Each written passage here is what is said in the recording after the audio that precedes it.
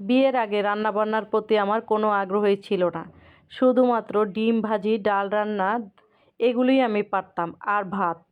তো বিয়ে হওয়ার পরে বুঝতে পারলাম রান্না না শেখার কারণে আমার জীবনে কত ঝামেলা হলো।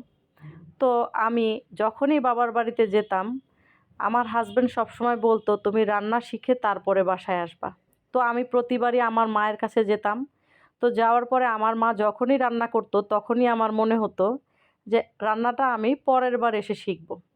এই ভেবেই আমি প্রতিবার আমার মায়ের বাসায় যেতাম আর ঘুরে চলে আসতাম। কখনোই আমার রান্না শিখাটা ইচ্ছাই ছিল না। এই নিয়ে কিন্তু আমার ফ্যামিলিতে অনেক বোঝানো হইতো আমি রান্নাটা শিখি। তো আমার হাসব্যান্ড তো খুব রাগ থাকতো সবসময়, আমি কেন রান্না-বান্না পারি না। তো আমারও একসময় ইচ্ছা হলো কেন আমার রান্না ভালো হয় না? সবার রান্না ভালো হয়, আমার রান্না কেন ভালো হয় না? আমি যখন বিয়ে হই তখন আমি বুঝতেই পারতাম না আদা রসুন কতটুকু দিলে মাংসের একটা ঘ্রাণ বের হয়। তো সবসময় আমি রান্না করতাম আর ভাবতাম এটা আমি কবে পারবো? তো যাই হোক, আল্লাহ তাআলা একটা সময় মানুষকে সবই শিখায়া দেয়। আমিও বুঝতে পারলাম সংসার জীবনটা কিন্তু হুট করেই না। এদিকে আমি আজ অনেকগুলি রান্নাবান্নার প্রস্তুতি নিয়েছি। একটা সময় আমার অল্প একটু রান্না করতেই ভয় লাগতো। সেই আমি এখন অনেক বেশি, বেশি রান্না করলেও আমার কোনো ভয় লাগে না। এটাই হইছে আল্লাহর নেয়ামত। যাই হোক, এটাতে আমি অনেক খুশি। একটা সময় আমার রান্না কেউ খেতে চেত না। আমি যখনই কিছু রান্না করতাম হয় মিষ্টি আর না হয় সেটা নষ্ট হয়ে যেত। কোনো কিছুই ভালো হতো না। আমি কোনো পিঠা, কোনো তরকারি কিছুই রান্না করতে পারতাম না।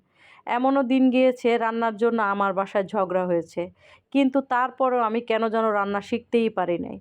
আজ দেখা যাচ্ছে যে আমি যাই রান্না করি আলহামদুলিল্লাহ খুবই ভালো লাগে। আমার প্রশংসা আমার হাসব্যান্ডও করে, বাকিরাও করে। তো আজ আমি অনেকগুলো রান্নাবান্না করেছি।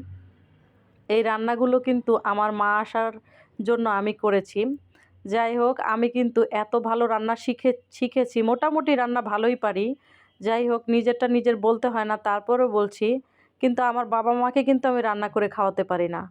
আমি কখনো শিখতেও চাই নাই, আর যখন শিখছি তখন কিন্তু আমার অন্যকেই রান্না করে খাওয়াতে হয়। আমার বাবা-মার জন্য আমি কখনোই রান্না করে খাওয়াতে পারি না।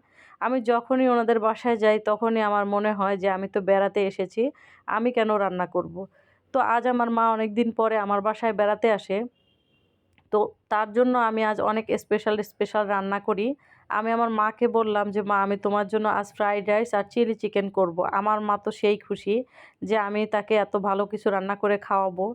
তো আম্মা তো খেয়ে খুবই খুশি হইছে। বলছে যে একদম দোকানের মতো পারফেক্ট হয়েছে। দোকান থেকে তো কতই না কিনে খাওয়া হয়। আমি যে এত কিছু রান্না শিখলাম, আমার বাবা-মা যদি এটা না জানে তাহলে কেমন হবে বলেন?